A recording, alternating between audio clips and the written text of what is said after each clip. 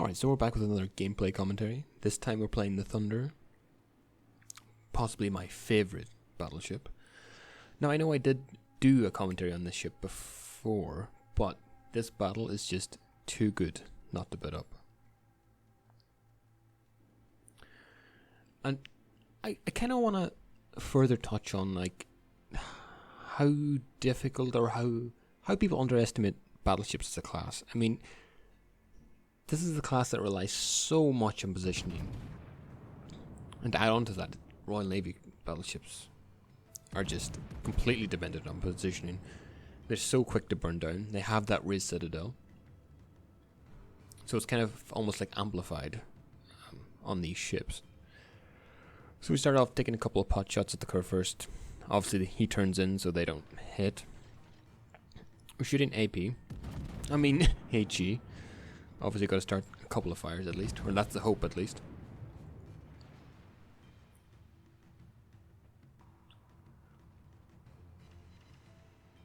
So we take 6k off the curve first. Obviously quite a nice start. Obviously a fire would have been ideal, but we're not going to complain. And then this game we have two Shimikazes and a Kaba. They have the Giri, the Shimikaze, and the Grozavoy. But the one thing I want you to notice is that we can almost ignore that fact, at least until later in the game. Simply due to the fact that I'm never going to be that close to them. I'm never going to push in that far, but yet I'm still going to be highly effective in the game.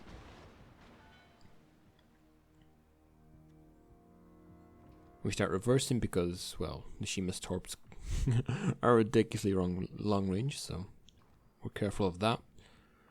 And now that we see that they're past, we're going to start pushing in just slightly, Again, you never want to put yourself in a position where you push too far and then you die. Or get burned down. And we're just looking around, just trying to see any ships within range that we can easily hit. That's just the goal. Like as a BB, you're just trying to shell out as much damage as possible. And we get a citadel, fire, incapacitation on the Minotaur. I think that was like, what, 11,000 damage? Which is pretty nice to say the least.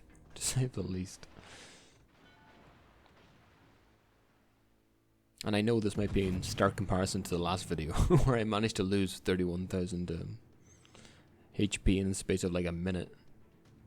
So this is why I kind of put this video up. Just to show it's not, I don't actually play like that all the time. I can sometimes have good games. So again, we get a pen on the curve first. We're just trying to establish some control over this side now. Obviously, we have to be wary of the Shimikaze because he is on this flank, but the Smolensk detects him. Concentrate fire on the designated target. And we do try and target him. We get 2 fires in the curve first. Obviously, they'd be damage conned, so there's going to be no sticking damage. And then the opportunity presents itself. The ship is on fire. The only unfortunate thing about this is that we're using HE. So we immediately switch to AP. He starts reversing. And the one thing, if you're a newer player, if you look at their smokestack, it'll tell you a lot about the direction they're going and how fast they're going. You see the way his smokestack just changed direction right there? That showed me that he's accelerating. So I knew to lead him instead of leading behind him, so my shells wouldn't miss. Well, I don't think they miss. And they don't. We get a good 12k salvo on the Salem. And in that time, the Shimikaze got taken out by the Smolensk, but he somehow took out... Okay, he somehow took out the Smolensk at the same time. That being said, it's a net positive for us, because I don't have to worry about getting torped from my right-hand flank anymore. And that's an incredibly freeing feeling.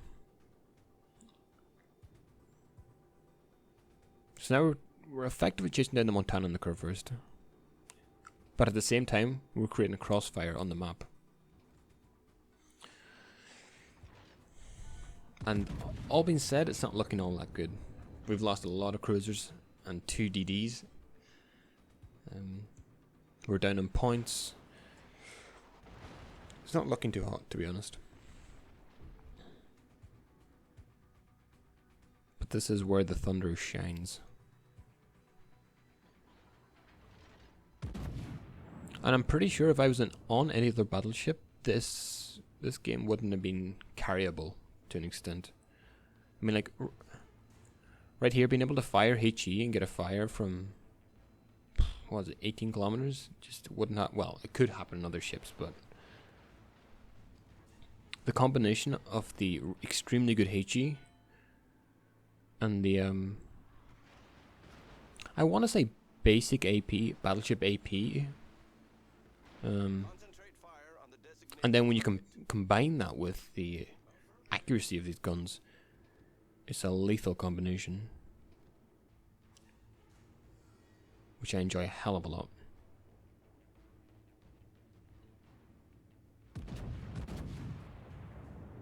And also the concealment is nothing too shabby. I will say that much.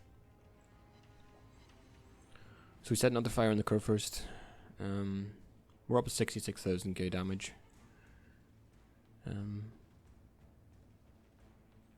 But yeah, at this point it's just focusing on burning down these ships. I know it's damage con. I think it's down. That's why I'm focus firing. Now at this point the smarter option would be switching to AP and shooting the Montana, because he's, well, I think he's turned out. Based on the minimap, he's obviously turned out. But we could also be focusing the Salem with HE. So now I see the curve first starting to turn out. We get a decent salvo. Now remember the fact that he damage conned my 2 fires. Now he's flooding and he's on fire. So now we switch to AP. He's still sailing full broadside. We line him up. And thanks to the accuracy of the Thunder's guns,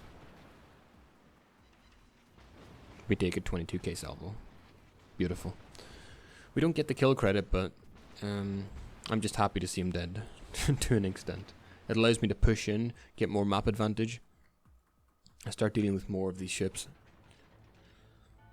And this game is a bit of an oddity, because usually like at least a few players that know how to angle and know how to rotate their ships, know how to shoot effectively, but it didn't seem to exist. It didn't seem to exist in this game for some reason. The enemy team seemed to love kind of exposing themselves to me to an extent.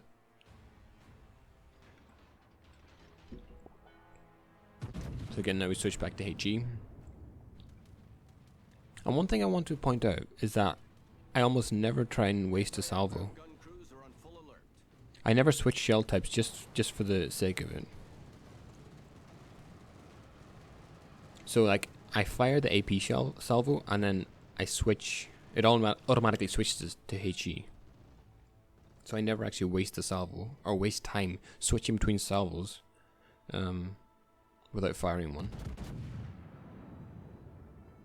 Because ultimately that's going to lower your rate of fire, and if there's one thing on a battleship you need to keep up is your rate of fire. Because the cooldown is so long on the shells. Now this is a little bit of luck. I don't really know what that carrier was doing. But at this point there's nothing he really can do now. He is 100% dead.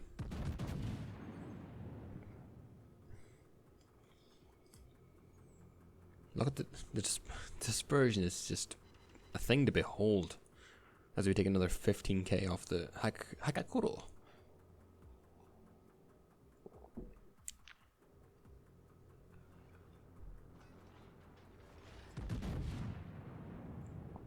The Montana misses again, and we take out the carrier.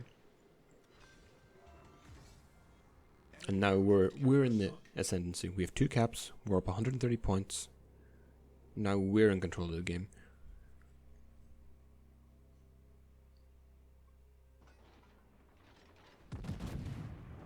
And the added benefit of this is the fact that the gearing's pushed on the other side of the map, which allows me completely free reign to actually extend our advantage on this flank.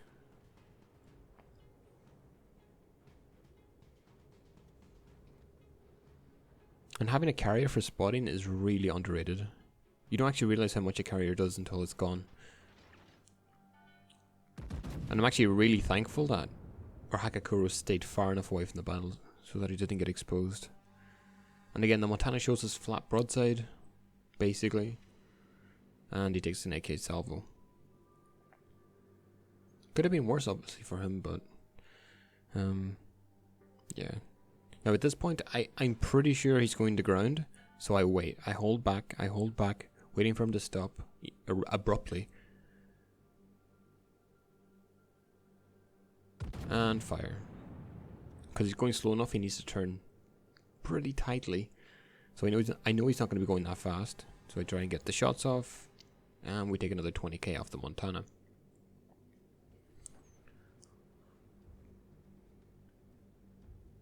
Now at this point, I should probably be a little bit more careful, a little bit more cognizant of where I actually am, the way my ship's positioned. Because we have the Zhao and the Salem off our right hand flank, and as you can see, there's another salvo coming straight in. But again, as is the theme of this battle, is that ships love sailing full broadside to one of the most accurate BBs in the game. He grounds himself. I load the AP. And he gets dropped, effectively.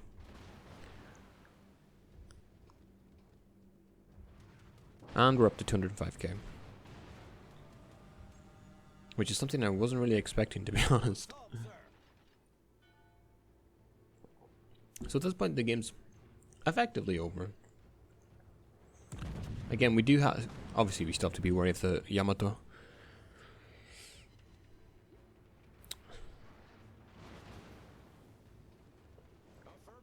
So, the plan to deal with the Yamato is, obviously we have the Montana going straight in at him, bow in.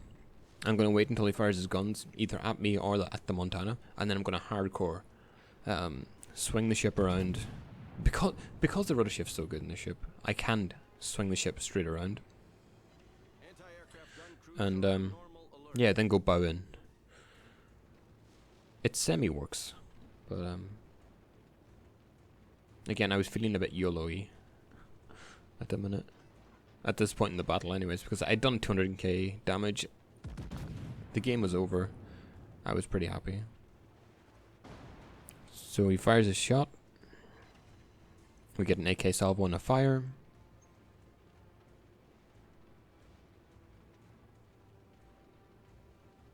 I see an opportunity to swing around. I do. Now we're focusing the Salem. Obviously HE because, well, you don't want to shoot at a bow in Salem with AP.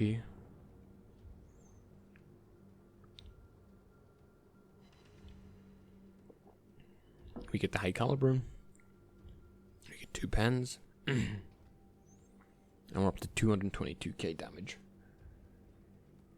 The Montana's going to drop the Salem, I'm pretty sure. Yep. And now a hardcore turn in. Because I probably should have been more aware. I probably should have done it a lot quicker. And I end up taking 12k damage from my troubles. Which is pretty lucky, all things considered, because I definitely could have been dropped from that salvo. But I repay the Yamato in kind, taking a 17k salvo with a fire. Again, I'm way too exposed. I should be much more bow in. A lot of these shots I'm getting very lucky with, which I don't like. Luck should never come into it. But obviously RNG does, so. A different form of luck. We take another 5k with AP, but... See, at this point I was hoping the Yamato would... Now things are getting risky. I was hoping he'd turn out more, kind of bow on to the Montana, so I'd be able to get a good clean shot with AP, but that didn't seem to be the case. Again, I try again with AP. Break one of his guns, but get 6 ricochets in it, 1 pen. He fires his 1 gun. And now when he does go flat broadside, well, almost flat broadside, I have HE loaded. Now would be a perfect time for Problem solved, sir. for AP. We get dropped, and the game ends. Now there was mistakes in there, but I just wanted to show you what really is achievable on the ship, because I don't think I showed that with the last gameplay. So I hope you learned something. I hope you enjoyed it, and I'll see you next time.